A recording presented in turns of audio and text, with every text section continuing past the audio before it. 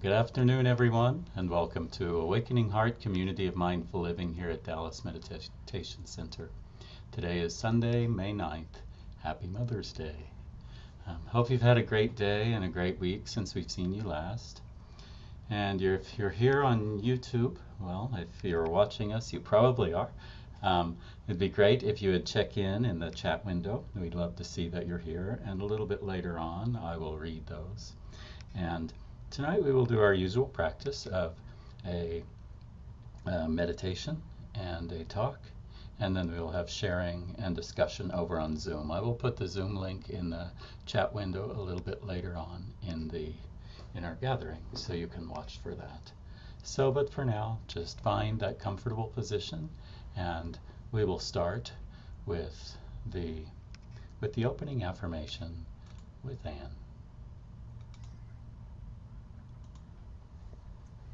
Noble community, we gather here now to honor the way of peace and nonviolence, the way of wisdom and compassion, the way of joy and beauty, in solidarity with one another, with all humanity, and with all life on earth.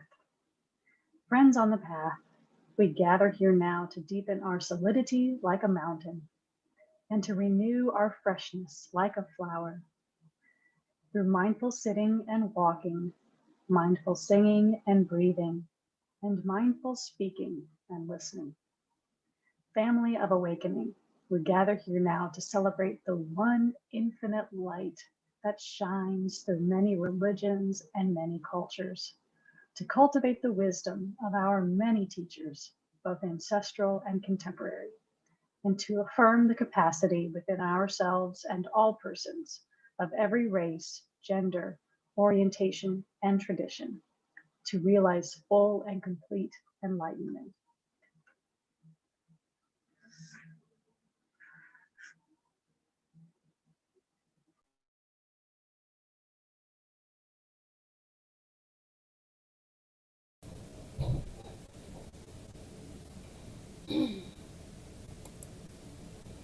Hello, everyone. Sorry I'm a little late. I was just having to say goodbye to my brother. He and my mother were here for lunch, and they're just now leaving. So I'm glad you're here. I'm glad that you can share this Mother's Day with us, and I hope you will stick around and um, be with us on Zoom so that we can all share. And I have some things for you to think about during the talk that I would love to hear what you think about and listen to what you have to share about these things. So I look forward to that, and I'll see you in a little bit.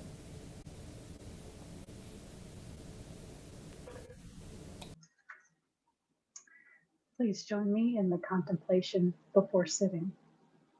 The Sangha is invited to go back to our breathing so that our collective energy of mindfulness brings us together as an organism, going as a river with no more separation.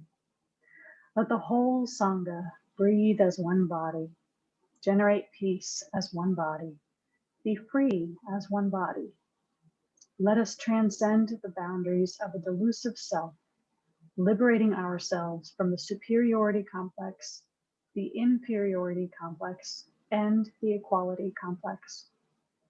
We are aware that the happiness and suffering of all people is also our own happiness and suffering. We see ourselves in all people and all people in ourselves. We are one with those caught in situations of oppression. We are also one with the oppressors. We are one with the wise and good people who are present everywhere in the world. We are one with those who are able to embrace the whole of this world with their heart and love and their two arms of caring action. We are a people with enough peace, joy, and freedom to be able to offer fearlessness and the joy of life to living beings around us. We see that we are not alone. The love and the joy of great beings who are present in this world are supporting us. not allowing us to drown in despair, and showing us the way of understanding, compassion, and right action.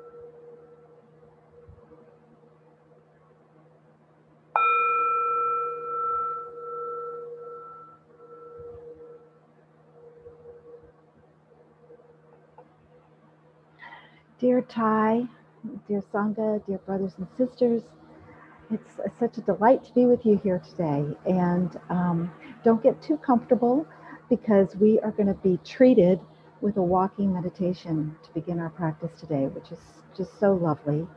And Cornell will be playing some beautiful music for us that we can listen to as we walk.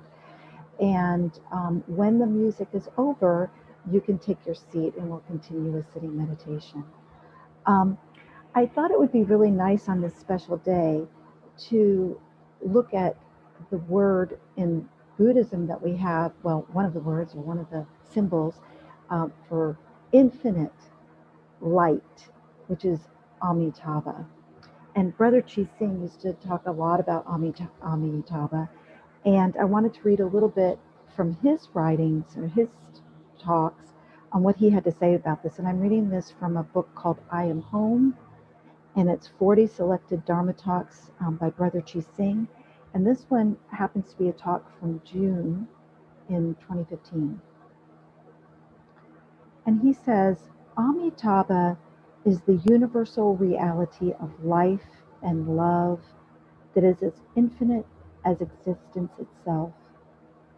Different religious traditions call it different names, but it is this universal reality that is the source of our every breath.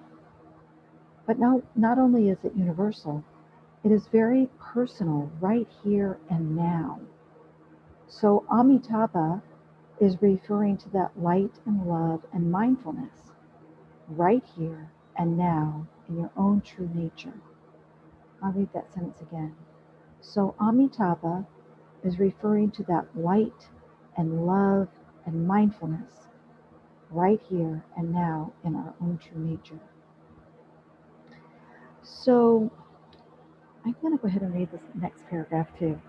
So not only is the true nature of light and love and life here and now in you and in the great potential of who you are, as it is also the love and light that keeps unfolding in your life. You know, it is like saying, yes, you are all manifestations of Buddha nature. But is that it? Is that the end of the story? No. You have to think about Buddha nature and let it manifest. So that is the unfolding reality of allowing wisdom and compassion and willfulness to permeate your life. It is not meant to be just a potential seed within you. It is meant to grow through you and through us all. So as we're walking today, as you recall, the walking meditation is when we stand, we ground ourselves in our feet and feel the earth below us and feel the energy of that earth below us. And then we take a step and breathe in and a step and breathe out. And what I'd encourage you to do today, if you are so inclined to, of course, you can always do what is calling you for the day. But if you would like to, you can use this beautiful word, Amitabha, as you do your walking and sitting meditation today. And, you know, as we think about infinite light and infinite love and infinite life in the here and now, we think about the mothers in our life that have guided us and shown us the way, or the people who are in your life that are mother figures, or even Mother Earth herself. So we're bringing in this energy of love, life, and light, infinite light. So as you take one step, you think to yourself, Ami, and as you take the next step, Taba. Ami, Taba. Infinite light, infinite love, infinite life.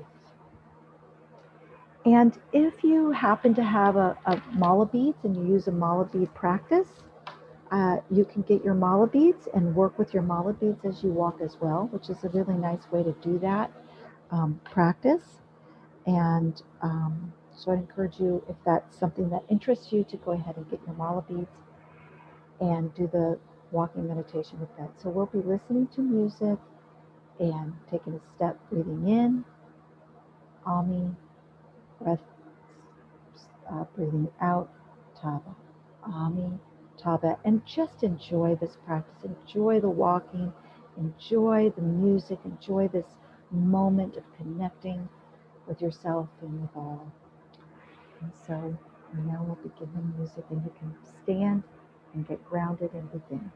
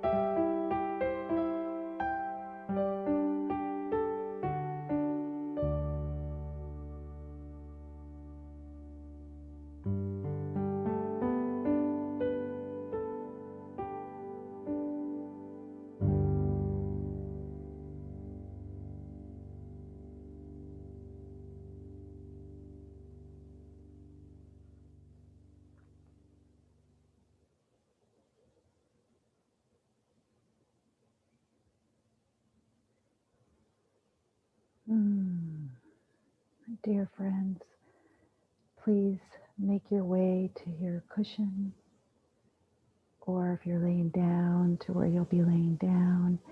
And the idea of the practice today is just to relax and enjoy. No place to be, nowhere to get to. Just being present in this moment with that beautiful music lingering on inside, vibrating through your body as we move to a still practice.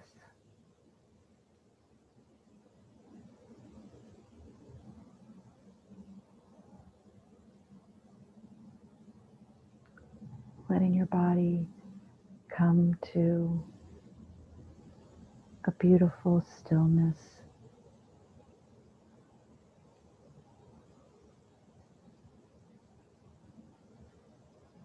Learning that beautiful practice of movement and stillness, and movement, engagement, and rest. So finding your place for your formal meditation, settling in with your breath.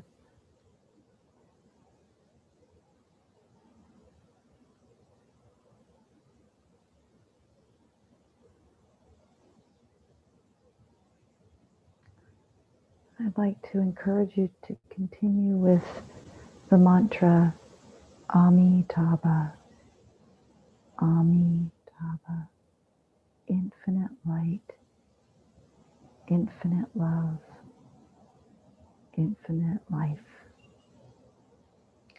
And if you would enjoy it, you can see your body as just light as you practice, just a body of light.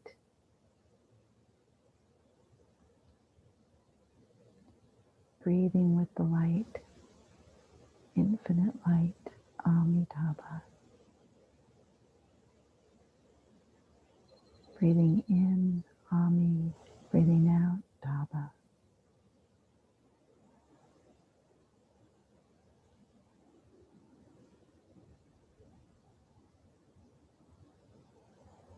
Enjoy your practice.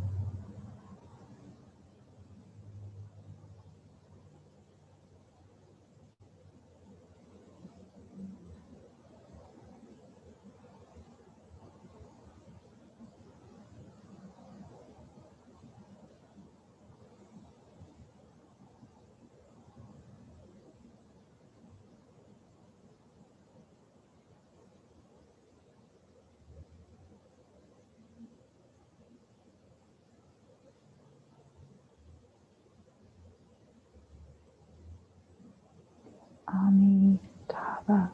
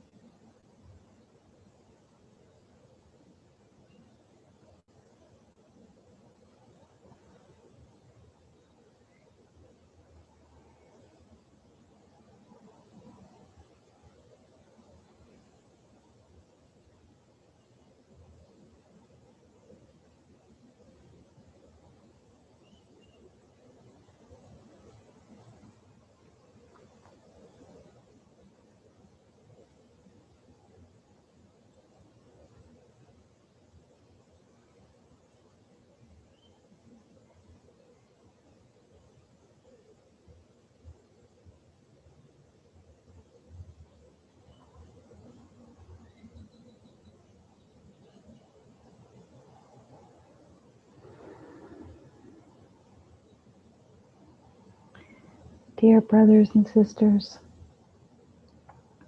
let us conclude our beautiful meditation practice today with Amitabha by listening to Bobby chant the Brahma Viharas.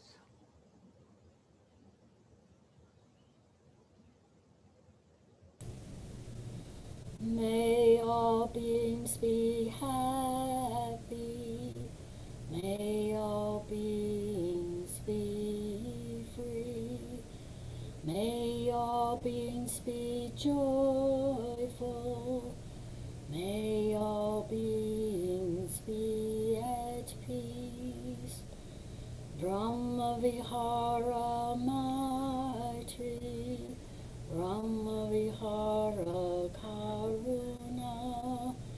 Brahma Vihara Mudita. Brahma Vihara Upeksha. May all beings be happy. May all beings be free. May all beings be joyful. May all beings be at peace. May all beings be at peace. May all beings be at peace.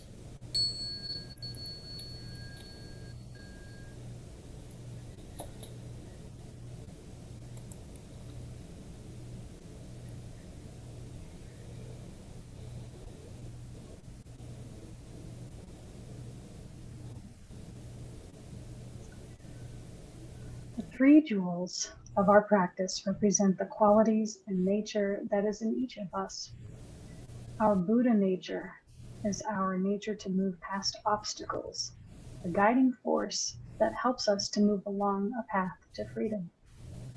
The Dharma represents the words and teachings that help to keep us moving forward on our path to freedom. The Dharma is expressed not only in the words we hear and read, but in the words that each of us uses when we communicate. The Sangha is the community that gathers and positively supports each other along the path to freedom.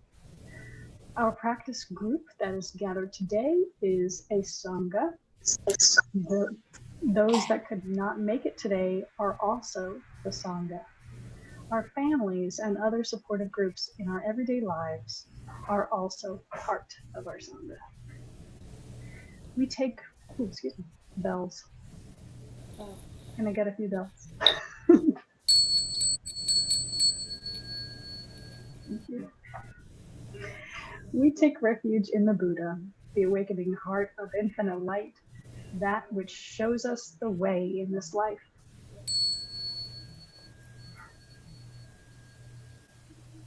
We take refuge in the Dharma, the awakening path of infinite light, the way of understanding and of love.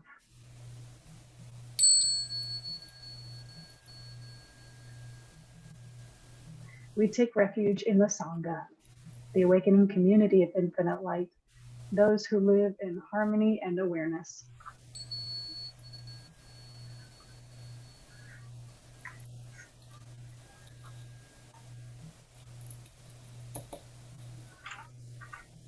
Thank you, Jennifer, for the meditation. It was so nice to do walking meditation. It's been a while since on Sunday I've done walking meditation. Usually I'm in this chair, and when I'm leading meditation at home, I'm in a chair that looks just like it at home. So it was nice to get up and move a little bit today, and really to focus on that, because mindfulness through physical activity is really the key for me. That's the jewel for me. So I put a few links in the chat window. I will read you the chats first, and if you do want to, if you haven't checked in the chat window, feel free to. But John bows in from Oak Cliff and says namaste. Stephanie bowing in, grateful to be here. And Steve bowing in from Aubrey, Texas. And Julie is bowing in and grateful to be here with us. So really happy to see Julie too, and then I see Jennifer has checked in. Hello to all. Thank you for meditating with her. Yeah, we were happy to meditate with you, Jennifer. Um, so I put a few links in the window, and one of them is for deep relaxation and touching the earth on Saturday, May the 29th, which will be led by Bobby and myself. It's been quite a while since before the pandemic that we've done that. We're going to do it online. I do hope we have many of you join. And please, we do need you to register ahead of time so that we can know there are going to be people there for us to hold it. And well, that's one. And then just to know that you are going to be there so we can be prepared. So please register. You can even go right now. The link is in the window. Go to dallasmeditationcenter.com/bookstore. And just to be clear, I'm not closing the session yet. We have a talk coming after this, but just wanted to give a few announcements before we go to the talk. Oh, Paul bows in and says hi to everyone. Thank you, Paul. And then I also put another link in the window, the link, not the wink, the wink in the window, the link in the window is there for sharing and giving as well as receiving. We are happy to provide and have these gatherings for everyone, but it's also part of our practice is dana, to give as well as receive. So we would invite you and ask you to help support these gatherings so that people can continue to attend these. And the link for that is also in the chat window. That's dallasmeditationcenter.com/give, or you can text the word mindful to the number 44321. And so I will put the link for the Zoom a little bit later for after the talk. And then I hope many of you will, all of you will come over there for Zoom after this, after Bobby's talk. So right now I'd like to turn it over to Bobby and welcome her. And looking forward to her sharing, for Bobby sharing her words with us. Thank you, Cornell. I'm happy to be here. And I have to admit to you at the beginning here that I was kind of regretting that I signed up for a talk on Mother's Day. Mother's Day seems like such an easy topic, but actually I'm finding it challenging for a number of reasons, which I will get to later in the talk. But first, I'm not sure that perhaps you know the history of Mother's Day, which I found really interesting. The first celebration of Mother's Day was in 1907, and a lady named Anna Jarvis organized it in honor of her mother, Anne Jarvis. Anne Jarvis and Julia Ward Howe, which you might know that name from the suffragettes. So anyway, Anne Jarvis and Julia Ward Howe had been in places where they could take care of wounded soldiers during the Civil War, and they worked on both sides, and they both considered themselves peace activists. So after the war ended, Julia Ward Howe actually urged the creation of a Mother's Day dedicated to peace. 40 days before it became an official holiday. So she wrote the proclamation in 1870, and she called, here's what they say about why she did it. The proclamation called upon mothers of all nationalities to band together to promote the amicable settlement of international questions, the great and general interests of peace. So Anna Jarvis, really lobbied for creating Mother's Day. And it took a long time, but finally let me look it up, I think it was 1914, Woodrow Wilson signed a proclamation designating Mother's Day on the second Sunday in May and to be a national holiday.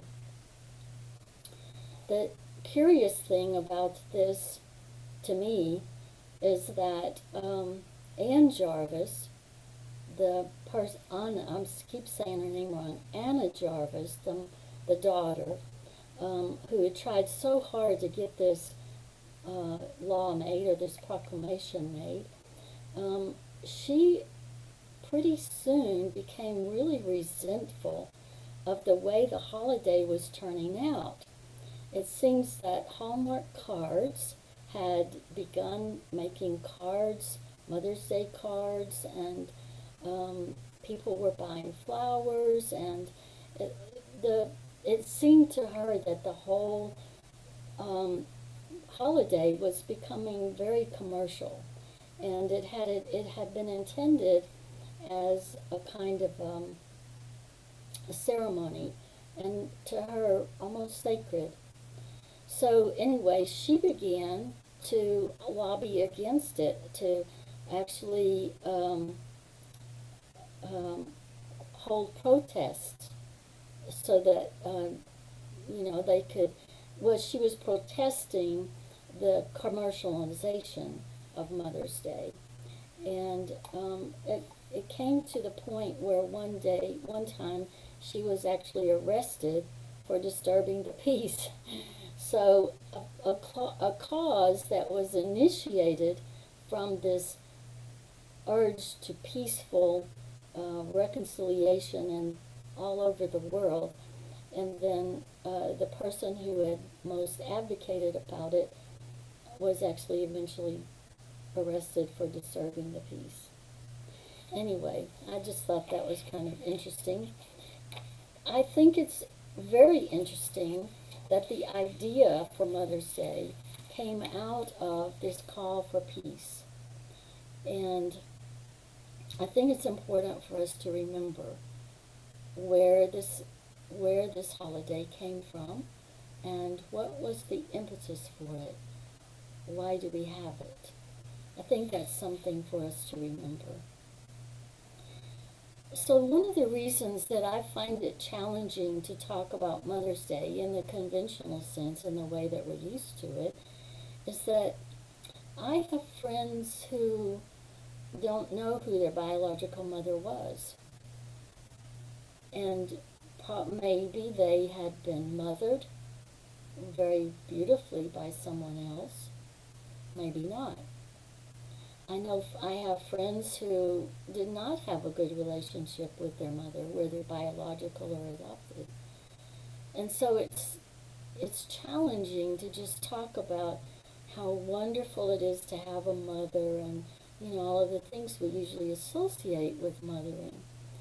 But not everybody has that experience, and that's one of the reasons I found it a little difficult to talk about. I see lots of men who have very loving, caring, maternal instincts, and they have some of the best qualities of mothers. So I think it makes more sense to talk about a maternal nature or a maternal instinct, kind of like we talk about a Buddha nature or a Christ nature. In fact, the qualities that we associate with being a really good mother are very much the qualities that we would think of for somebody who's a true Christian, or somebody that's following the Buddhist path. These are all the same kinds of qualities that we appreciate, that we hold dear. This is what Thich Nhat said about these qualities. It's in his book, Creating True Peace. He said, "We contain all the beautiful qualities and actions of our ancestors, and also all the painful qualities. Knowing this, we can try our best to continue what is good and beautiful in our ancestors, and we will practice transforming the violence and pain passed down to us from so many generations. We know that we practice peace not only for ourselves, but for the benefit of all our ancestors and all our descendants. When I read this, I thought about store consciousness, of course. Thinking about how in store consciousness we have all these qualities, the good ones and the not so good ones. And what manifests, what we see, what becomes an action, is whatever we give our attention to. Or as Thich Nhat says, whatever we water. If we water the seeds of impatience and anger, that's eventually what will manifest it. It will become an action. If we water the seeds of patience and love and gratitude, those are the things that will flower, become manifest as actions. So that, I think, is helpful to remember, especially when we meet someone or we know someone who did not have a good relationship with their mother, and remembering that that quality is in us and we can transform it, and then it affects the past. It actually affects the past, probably because it would end up as a kind of forgiveness, a kind of understanding. So this idea of relating to our ancestors, I think, is very helpful. And then once we've related to our ancestors, we might also consider relating to our descendants. What are we going to leave behind? What kind of life will we live so that our descendants can break the patterns of painful experiences, or can enforce the lovely things that we associate with mothering, with being a mother, with having a mother. So, I would like you to think about some of the things, some of the questions that I want us to talk about when we get together on Zoom. There may have been some things in your past, or in the past of someone else you know, that, as I said in my weekly message, that were less sterling qualities. And these are the things that we might want to transform. So, thinking about your life, your past, have you transformed any of these less sterling qualities, or are you maybe in a process of transforming them? And also think about what quality, maybe that was passed down to you, what quality has been most important, most helpful to you, and that you are continuing, you're wanting to pass that on. And then think about, how do you practice those qualities? So let's talk about the qualities that we're wanting to emulate.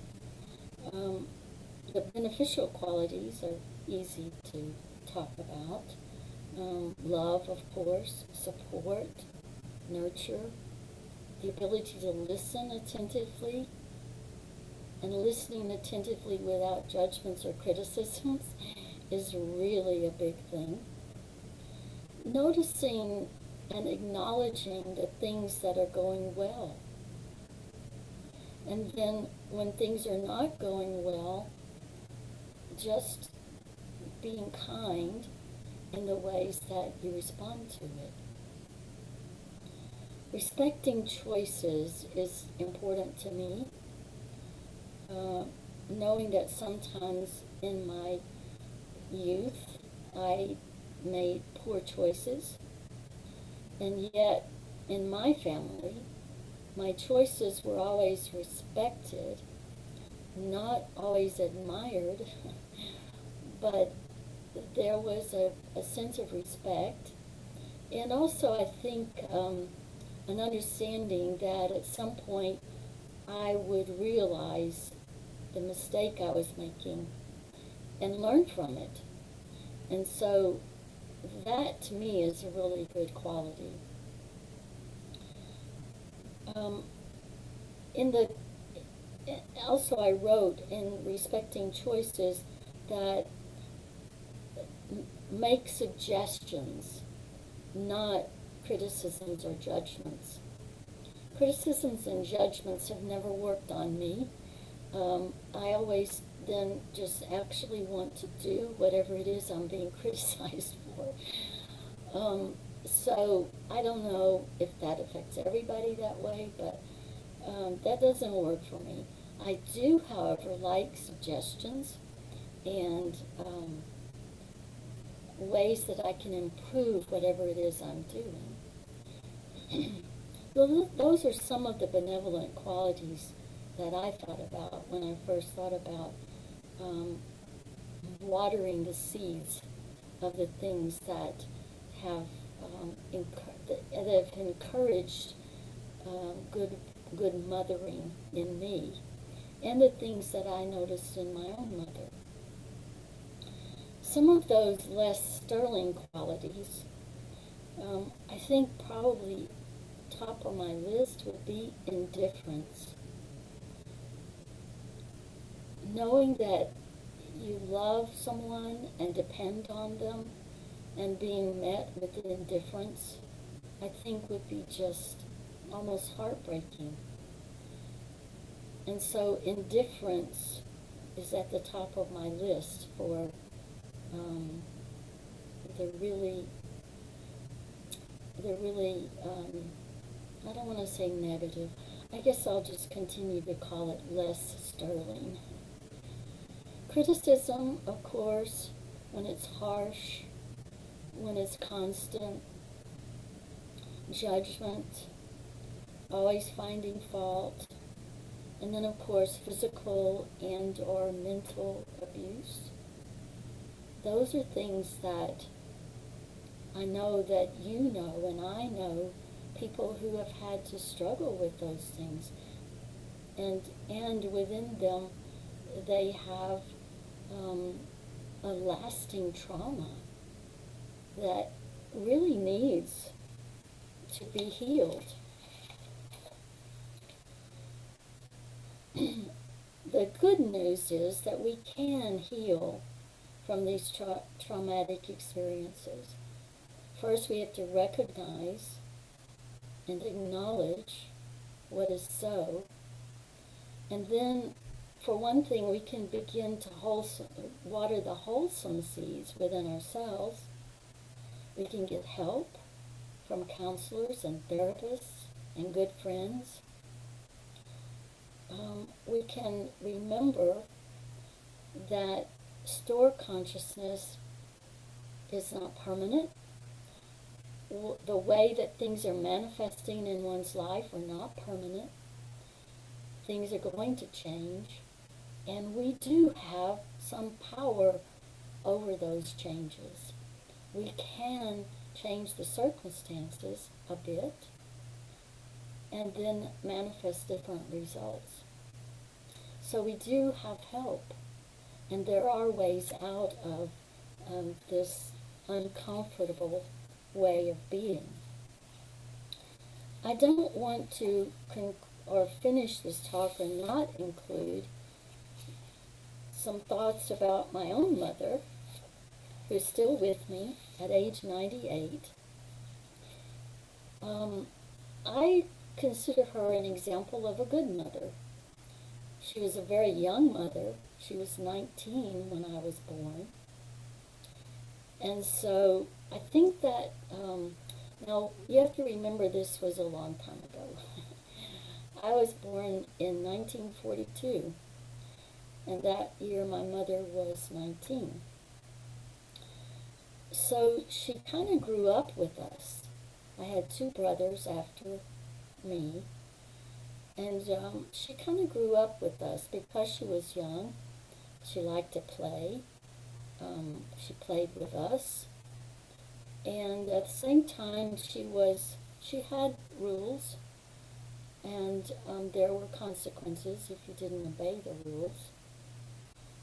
But they all made sense to me, and I think to my brothers as well. So throughout my life, she's been a really important, sustaining kind of quality. Now that she's 98, she's very frail, and her health is not good. Her mind is sharp, and we're in the process of figuring out how we can modify our house so that she can come live with us, because soon she won't be able to live independently, which, I think should be understood at age 98. But all this time, she's been like an inspiration to me. She lives in a way that I want to emulate, to some extent anyway, in my own way, of course. And maybe you have an example. Maybe you would like to share something about your mother and how she's been a real source of strength for you. And like I said before, if you didn't have a very good relationship with your mother, then perhaps you learned something that you want to transform or have already transformed. And I would love to hear about that. Now, I don't want to stop talking about mothers before I talk about our Mother Earth. I think Mother Earth may be the best example of the most beneficial qualities of mothers. In this little book, Pocket Thich Nhat Hanh, there is a very small little essay called Touching the Earth. And here's what he says about Earth. The Earth has been there for a long time. She is mother to all of us. She knows everything. The Buddha asked the Earth to be his witness by touching her with his hand when he had some doubt and fear before his awakening. The Earth appeared to him as a beautiful mother. In her arms she carried flowers and fruit, birds and butterflies, and many different animals, and offered them to the Buddha. The Buddha's doubts and fears instantly disappeared. So whenever you feel unhappy, come to the Earth and ask for her help. Touch her deeply, the way the Buddha did. With the Earth, you are very safe. She is always there in all her wonderful expressions like trees, flowers, butterflies, and sunshine. Touching the Earth is a very good practice to heal you and restore your joy. So the Earth is a good example of Mother. And I'm sure you can think of ways in which you can see her in that way. Earth is very resilient. Earth doesn't refuse anything. We sometimes pollute. We often pollute. And yet Earth does her best to transform those things, to continue to give us food and shelter and beautiful trees and forests. So I think Earth is a really good example for everyone who wants to nurture and support, whether or not you call yourself mother. I find nature, being out in nature, to be not only restorative, but also inspiring. And some some of the haiku, many of the haiku that I write, come from being outdoors or walking outdoors or something to do with the outdoors. And when I was thinking about Mother Earth, I thought about this particular poem that I wrote a long time ago in 2003. It's called In a Summer Garden. Summer sun warming the Japanese maple tree, leaves kissed by the sun. Leaves danced in the breeze, responding without effort, perfect harmony. Trees as metaphor for life, for enlightenment, rooted and grounded and growing. The gift of sunlight is freely available, an earth benefit. The sunlight, the rain, the wind, all of those things are benefits that come to us freely. You know that little song that sometimes we sing, the sun shines on everyone, the sun shines on everyone, no discrimination, no discrimination.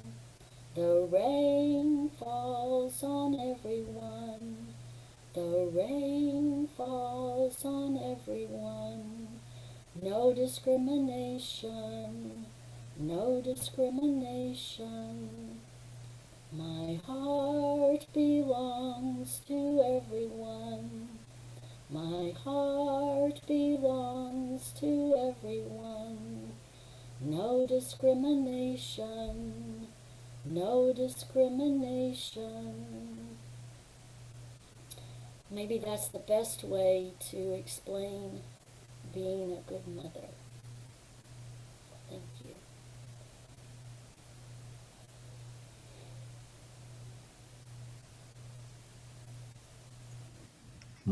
Thank you for that, Bobby. It's so nice to hear your voice singing and sing along with you. So I've put the link in the chat window over on YouTube to come over to Zoom, and we will go over there shortly. We're there whenever you get there. But what we'd like to do first is Anne will lead us in the closing, our closing vows of the awakening beings. And I have a bell now, Anne, so I will give 2 sounds of the bell. So using these 2 sounds of the bell just to collect, just to breathe and be present wherever you are.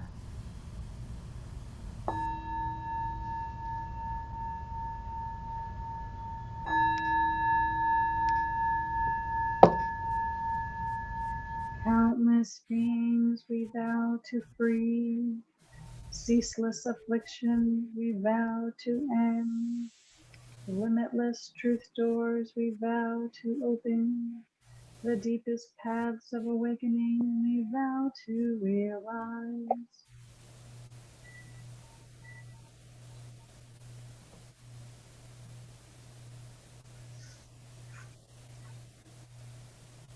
Well, goodbye to those of you on YouTube. Hop over onto Zoom. The link is in the chat window.